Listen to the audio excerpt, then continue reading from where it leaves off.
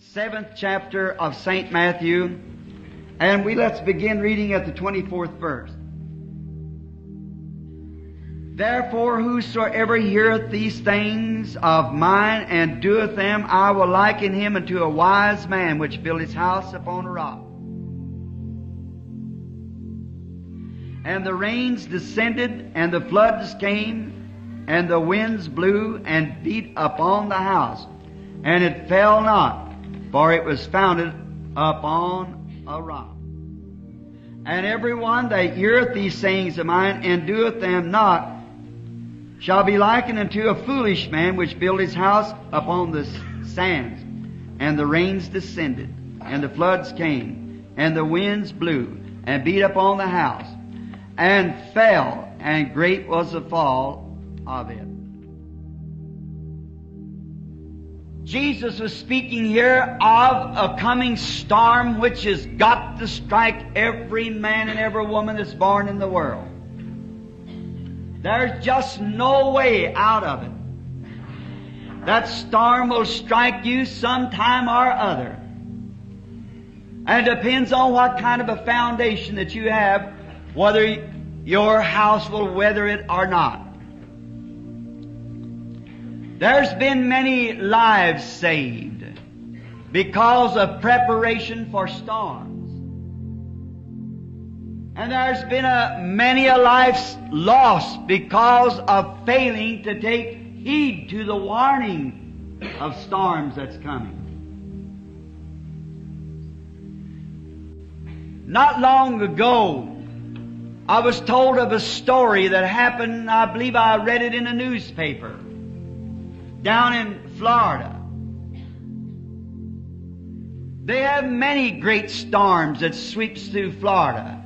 Typhoons that come in off the sea and brings the water for city blocks up into the city and sweeps out everything.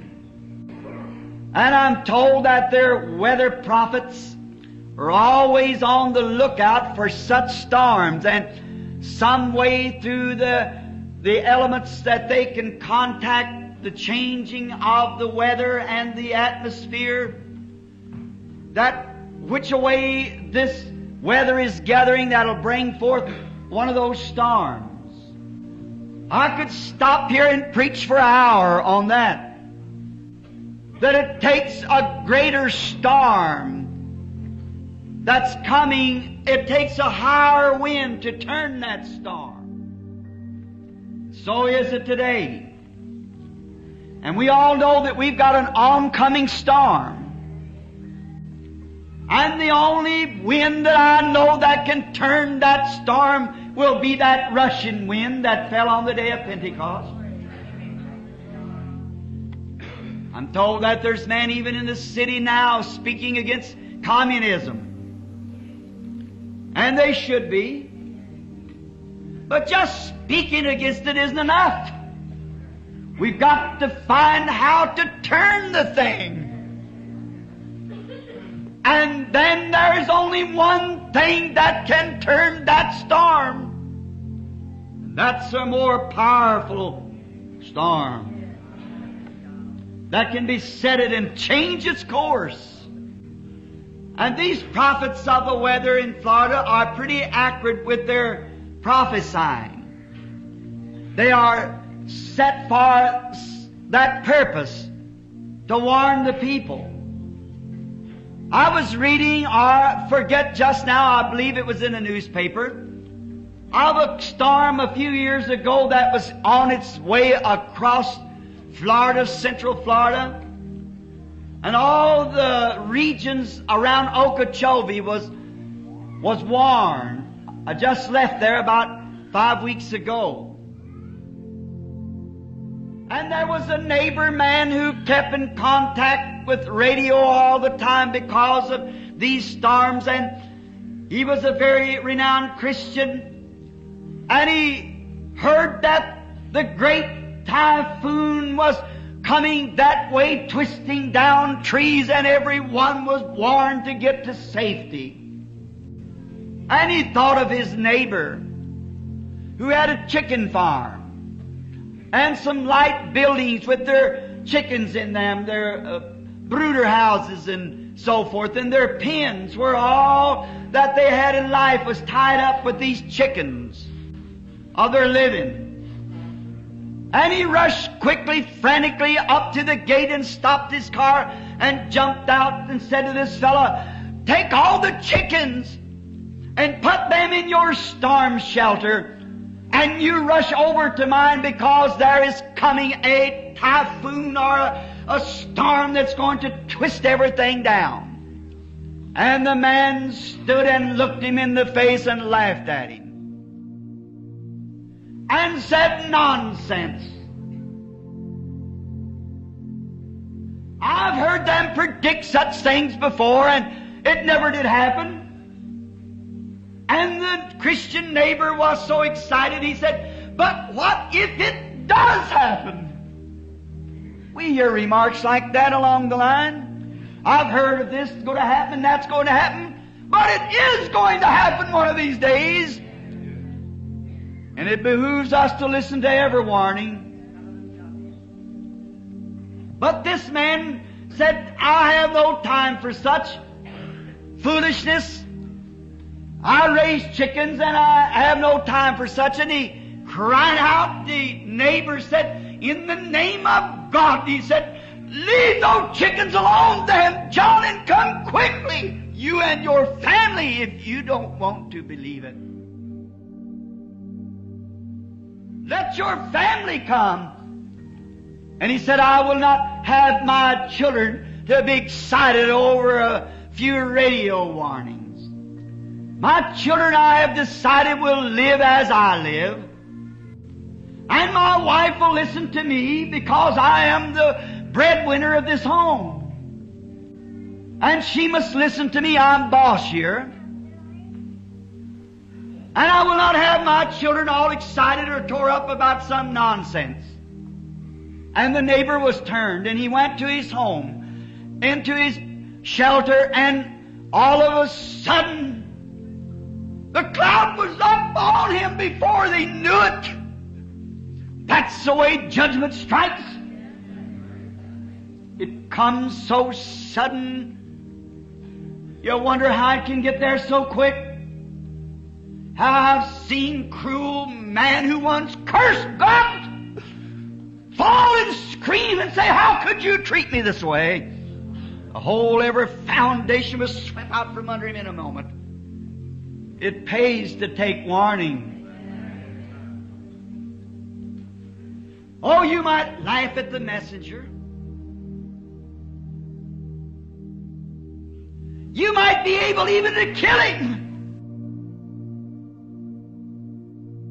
But you cannot kill the message. It'll go on just the same. God's message is eternal. His words will never fail. Paul was successfully in having Stephen stoned, but all to his life until he surrendered to Christ was he never able to get away from that message. I see heavens open and Jesus standing at the right hand of God. Something got a hold of him. It wasn't the messenger, it was the message he had. While the storm swept through the country, it caught the chicken house and the farmer, and they never found his body. And his wife frantically fighting, and they lived close to the great Okeechobee Lake, and the waters began to rise as the typhoon lifted the waters all the way from the bottom of the lake. That's what makes them so dangerous. They're shallow. The boats rock, and that's how the waves come up and turn the boats beneath them. The storms comes and just whirls up the water and packs it for miles. And the water's sweeping until the mother knew there was no hope but to get her children on top of the building. And she got her children and got them on top of the building, holding on to the chimney of the house. And then the wildlife, the cottonmouth moccasin, I believe a more deadly snake than your diamondback rattler. They was crawling for safety, and they come on the roof with her. And by listening to her husband, not taking heed to the warning, she stomped and she beat, but she had to stand and watch those vicious snakes bite her children until they died on the roof. And the mother herself was bitten so much until finally she died. That's the only way we got the story. After the storm had quietened and the search parties hunting for bodies and so forth, they found her laying on top of the roof with her children laying by her side. Oh, it pays to take warning. The first thing to do before there can be a warning, there has to be a preparation made for safety. Or there's no need of sending a warning. And the warning is only a voice of one having you to prepare for the danger. There has to be a preparation made first. And then if the preparation is made, then the warning can go forward to cause you to make your decision whether you want to listen to it or not. If you don't want to listen to it, well, that's up to you.